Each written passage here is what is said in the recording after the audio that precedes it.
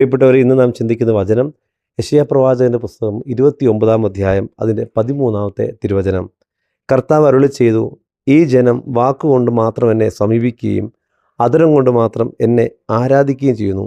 ഇവരുടെ ഹൃദയം എന്നിൽ നിന്ന് അകന്നിരിക്കുന്നു.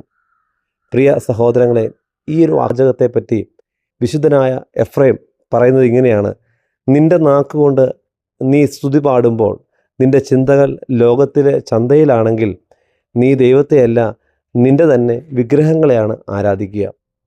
കർത്താവിനാൽ ഏറ്റവും സ്നേഹിക്കപ്പെട്ടവരെ, ഈ ഒരു വചനഭാഗം നമ്മൾ ചിന്തിക്കുമ്പോൾ നമ്മുടെ അധരങ്ങൾ കൊണ്ട് ദൈവത്തെ മഹത്വപ്പെടുത്തുമ്പോഴും സ്തുതിക്കുമ്പോഴും നമ്മുടെ ഹൃദയം ദൈവത്തിൽ നിന്ന് അകലെയാണോ എന്ന് ചിന്തിക്കുക.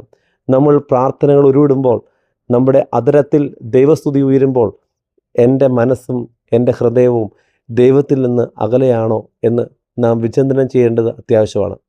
അതിന് 2-3 കാര്യങ്ങൾ. പ്രാർത്ഥന യാന്ത്രികമാകാതിരിക്കാനായിട്ട് ശ്രദ്ധിക്കുക.